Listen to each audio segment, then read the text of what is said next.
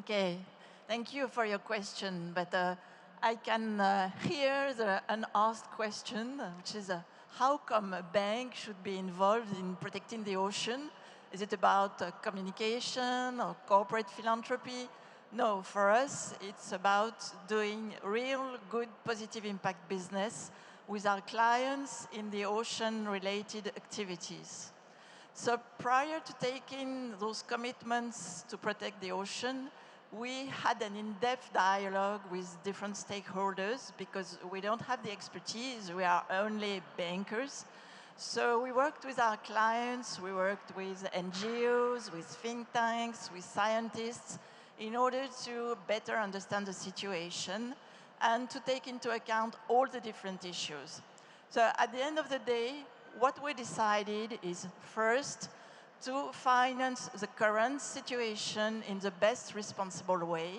We finance a lot of ocean-related activities, such as the shipping industry, fisheries, aquaculture, deep-sea infrastructures, but also agriculture, mining industry, which have a direct impact on the ocean, which can be a negative impact. So we want our clients to adopt the best practices. And second, because it's all about change, it's all about transition, transforming the way things are being done, we want to support our clients in their transition journey. And for this, two things will be needed. First, investment, because it will cost a lot of money. If you take, for example, the shipping industry, they will have to reduce dramatically their CO2 emissions of 50% before 2050. And also innovation is required.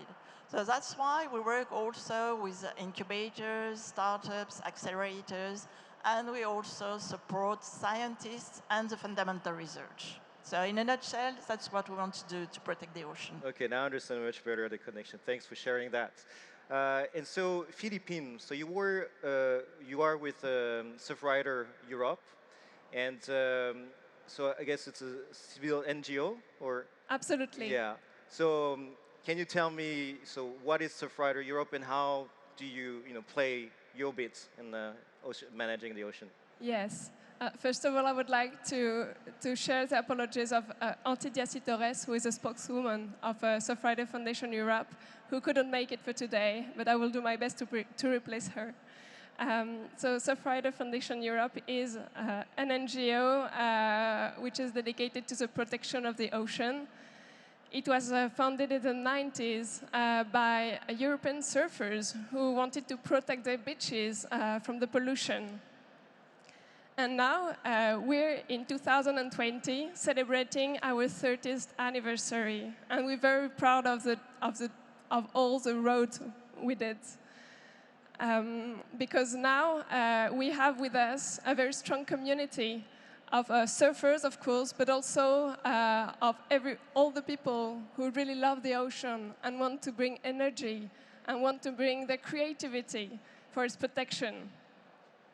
So Surfrider works on three major topics. The first one is marine litter. This is our historical activity. We gained a great expertise on the topic through awareness raising, through scientific monitoring of those pollutions. And we were able, with all these expertise, to gain some victories. The second topic is water quality and health. And we will have, in 2020, quite a momentum about this topic with the revision of the EU directive on the bathing water quality. So this is our second topic. The objective is to get more ambition from the people involved in it. And the last topic is climate change, because we more and more understand how climate change and ocean interact together, and they are key to protect together. So our objective here is to make sure these people understand this connection and make appropriate action to preserve both. And of course, we do projects that involve all those three topics, for example, the shipping, because, well, with marine litter, we see like loss of containers, bad bad waste management on board, etc. We have issues with water quality, with spills, and of course we have climate change issues with the use of fuel. So we want to make sure to find solution on all those topics. Okay, amazing. Thanks a lot, Philippine. And so, turning to Marina,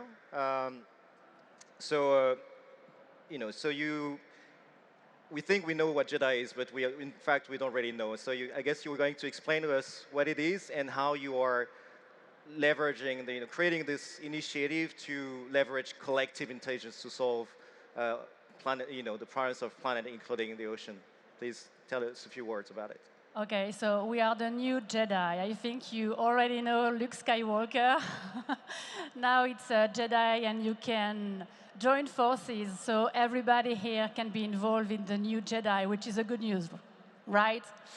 So JEDI is a moonshot factory. We work on a European level, and we all know that the world is not in a good shape, right? The world is burning. And while the US and China are investing a lot of money into R&D and innovation, Europe is slow, far too slow. And we believe at JEDI that innovation should be used to tackle the challenges that we are facing. And that's where JEDI can help, because Europe has no choice than to leapfrog and to find the next big things. So at JEDI, we launch challenges. We want to push the frontiers of innovation. We want to open the path to breakthrough innovation. So for the last couple of months, we have built the ecosystem, and we have inspired the disruptive innovation strategy for France, Germany, and Europe, and it's good, but that's not enough. It's time for action. So we're going to launch 2 challenges. The first one will be around glyphosate, and the other one will be around the ocean protection. We want to tackle the marine pollutions, and we want to find innovation that can identify the waste stream of microplastic. And for now, we have 3,500 JEDI champions and supporters. So we like collective intelligence. So we bring together student entrepreneurs, head of research lab, CEOs of big companies, university. So everybody joined forces to find solutions now that can improve our lives. Yeah, thank you, Marina. So what I think is amazing about having, Laurence, Philippine, and Marina on stage is that we have people who are, from finance and business. We have an NGO. We have, organization boosting research, and I think we all understand we need, coordinated action. We need to work together to make this happen, and especially as consumers. We sometimes feel we can do our bits, but we reach the limits. And so I'd like to talk about maybe if in something we could have a discussion, the 4 of us, on one initiative that Surfrider is spearheading. It's a label, and I see this as a way to connect consumers and businesses and others. So maybe if you could say a few words about that, and if we could all react to how this relates to our work, where we are. Thank you. Yes, absolutely. This certification project is all about working together. First of all, Surfrider had this intuition that there was a need for a tool for consumers to better understand how the shipping industry works on an environmental point of view. Because, well, this is kind of obvious. I think all of you in the room already wondered, who did my shirt, and where, and with which material? But who really wonders how was it transported? And yet, marine transport is about 80% of the transportation of all the goods we consume. So this is a huge impact. So, well, actually, this is also comprehensible that the consumer doesn't really have the tool to really understand all those impacts, because what happens on the sea is very far from us. It's very mysterious in a certain way, and we don't really know what happens here. So, well, our objective is to close that gap. And so we decided, we thought maybe the best tool for that was a certification, because the magic of a certification brings some information from the industrial into the market to the final consumer. So this is what we wanted to do. But what will you certificate? What would you certify? Sorry? What will you certify?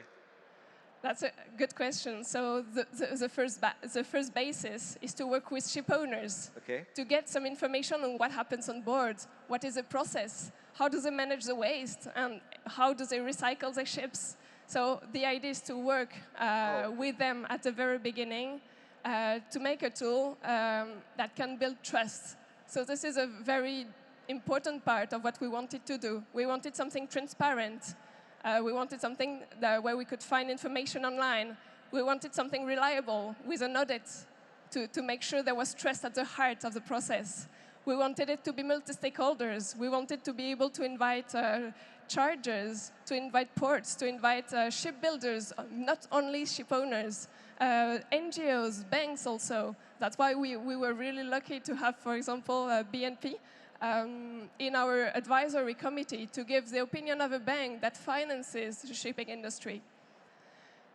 But to that, so I understand it's not just going to be about certifying that, you know, the ship is zero emissions or things like. It's all going to be much more than this and include the fact that it's not going to release, you know, gas or oil in the environment, and it's so that's a much broader approach of this certification. That's I understand. Yes, so Okay. our objective was also to find a tool that would not only address CO2 emissions. I mean, this is an absolutely fundamental topic to address. That will be part of it. Of course, Okay. of course, this is like a basis. But we want to make sure that there are also other topics that are involved. For example, the protection of the biodiversity, ship recycling, sulfur emissions, waste management on board, because those topics are not really existing tool, actually. They don't really have a room now. But how will the consumer see it? Because is it be like on the shirt that I buy it has been shipped? You can see, you can trace the fact, find the fact that it was transported by a certified, certified by whatever Surfrider, shipping label, good shipping label, whatever the name was going to be.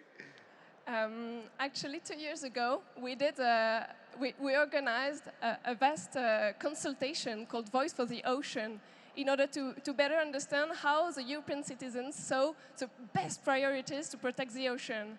And guess what? The third result was about shipping. So, well, it confirmed that there was a mature interest of the European citizens to get more information about these issues. They wanted to know more. So the idea is, for the very beginning, to work on the questionnaire, to do a questionnaire which is adequate for EU ship owners. But the second part will be to work with chargers, so with the brands, actually, that sell products, and to work with them to better understand how we should communicate the performance to the final consumer. Should it be an app? Should it be a logo on pack? Should it be something else? I don't know, information into the store? Well, we have a lot of interrogation about that. Okay, but we see the direction you're taking. And so now that we understand the tool and we see how it connects to the consumer, so the consumer will be able to decide, I'd be interested to learn how this connects to financiers like BNP. Are you going to finance only shipping, shippers that's maritime, the maritime industry that complies with this label are certified, or what is the impact that this is going to be on the way you operate? Well, I think it's a very promising initiative because, as you mentioned, not finance in the shipping industry is not an option. It's critical for us. Each time you order a good on Amazon, it's transported by ship. So the idea is not to only select the most responsible players, is to have the whole industry moving forward, transforming itself and transitioning. So it's very important to have the ship owners, the ports, and everybody around the table in this discussion, because we want to achieve something which is feasible. So that's the idea, is to really have the whole industry transition. That's why we need financial support, and we can really have a lever of influence. Okay, no, thanks for sharing that. And so now I'd like to go back maybe to the innovation angle. And you mentioned the word moonshots, and so we have some example of some moonshots. And I'd like to hear, this discussion is about how we achieve a broader impact, a system level impact.